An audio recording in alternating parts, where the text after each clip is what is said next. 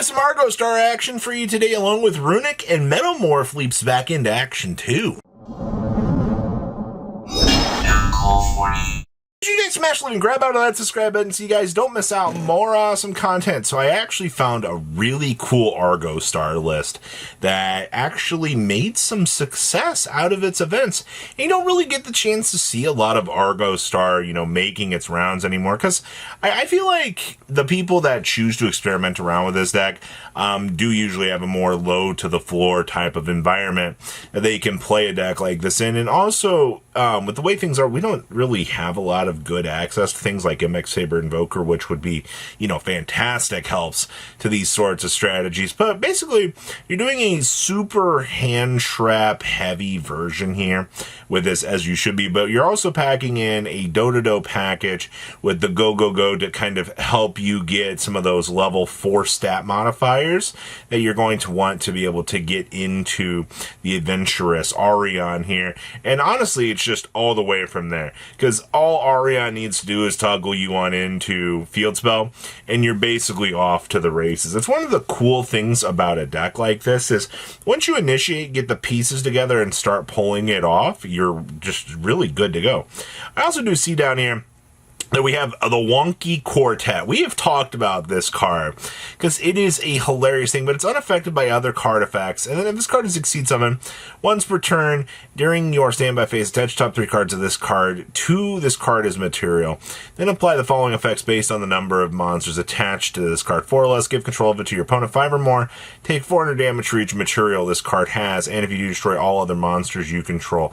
Now, obviously, your opponent can just link this thing off when they get it, but it is a hilarious little meme that does get the chance to come up if they don't actually have a means to get rid of it.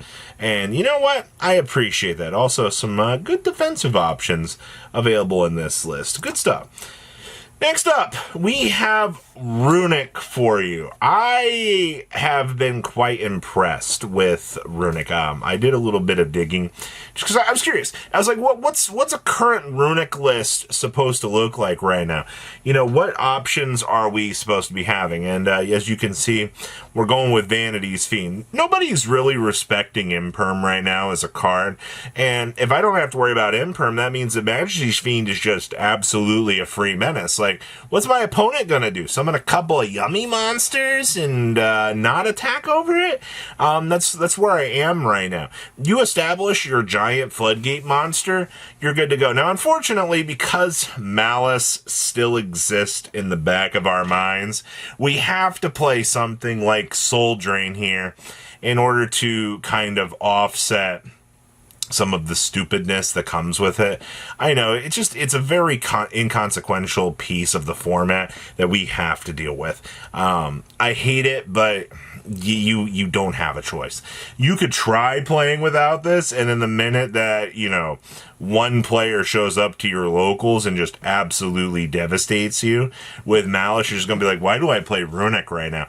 Malice is such an unfun matchup for this deck. Obviously, you can scrub raid and things like that and try to control the game, or, get a TCB up, but you have to draw these cards.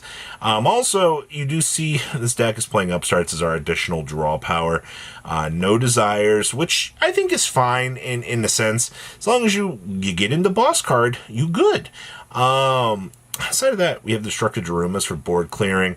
We've also got Prohibitions to take care of any real problematic cards. No SP in the extra deck, which I can get around that. That's not necessarily a terrible thing. The famous Metalmorph duelist does it again.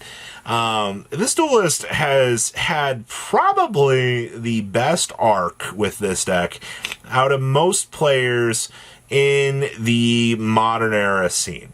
And I think it's really, really cool to see. But once again, though, you're looking at this deck as a toolbox strategy. And I know that's a little bit not exciting for some people, but you guys gotta give this deck credit where it's due, man. You know, you've got the Horror stuff, which bridges you into the Vampire down here, which gets you into milling. Fiendsmith creates the extra little boss monster, which is Desiree, which we all know how incredibly good Desiree can be. Of course, you know, Baby Metal Dragon going into Striker turns into basically full red MD combo through this. But also, you know, it also turns into the full Metamorph package at that point. And, you know, your Bestial stuff is just going to get you some extra control bodies, but also at the same time, these guys turn into Metalmorph pieces for you to kind of play the game. You also do get the Red Eyes Metal Claws, which is actually kind of cool because you automatically get to set, or to do the Metalmorph stuff, literally right on the same turn, which is actually kind of cool. Also, keep in mind, you are going with a lot of Metalmorph action in here. The fact that you have 1 Flame Coating and triple max Metalmorph just ensures how dedicated that you are to the idea of these pieces, you know, actually resolving. Like I said, this duelist has been very notorious for this deck. They have had some of the best runs. Yeah, X2, you know, going 7-2 at an event is actually cracked, man. It means that they know how to do this. It stinks that they always fall a little bit short of the top cut, but still, it's wonderful to see the success. Ooh, we have some Dragon Link for you here. Now, this isn't just any Dragon Link. I see Dark Flare Dragon is making a surprise appearance in here. Now, I mean, you have to banish a light and a dark dragon from your graveyard. That's kind of the downside to the bigger guys here, is these require a little bit larger of what we're going to call an investment in order to get off of the ground. But you can also have this act as a level 5. And I think that is where you actually get this to shine. So once per turn, we can send a Dragon monster from your hand and Dragon a monster from your deck to the graveyard, target a card in either graveyard and banish that. That's actually pretty freaking solid. And also, you get the ability to bridge through this with the Canine cards. So actually, Dragon Link hilariously unlocks the idea here of being able to use this as a jumping point to kind of help you go through things. And obviously, like most modern era ideas out here, you know, when you're adapting older things, you're basically just going to be doing this as a massive combo thing. Same thing here. You're going for the Vampire to mill. The full Black Metal package gets you into the extension capabilities. Arch Nemesis, Scantos, and Protoss are going to be more pain in the butts that people are going to have to deal with. Obviously, Nemesis Flag is going to be a pretty solid answer for things. You've also got Mulch Armies in here to dig through options and to go. And of course, you know, having some board breaker-esque cards on the back burner is not necessarily a bad thing at all. Also, hey, look, guys, 2 versions of Metalmorph in the same video. I think it's really cool to see, man. It really, really is. Ideas like this definitely get the chance to shine.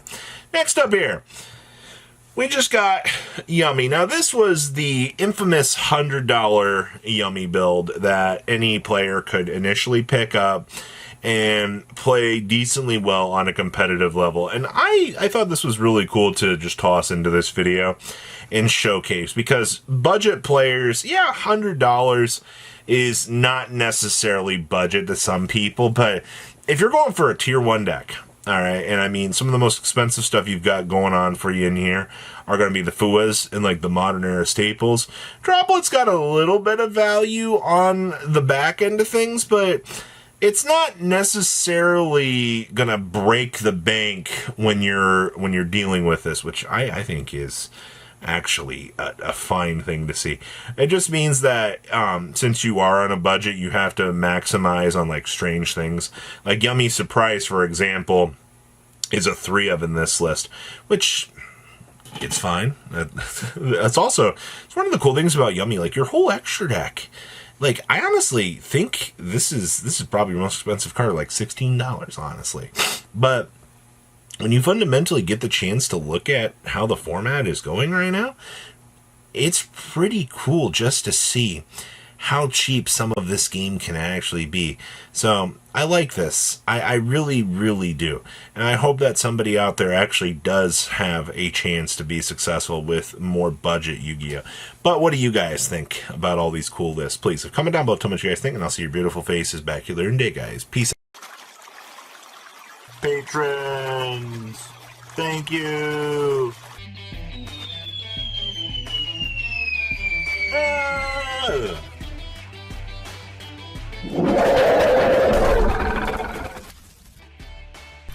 Thank you so much for watching. Check out these other videos.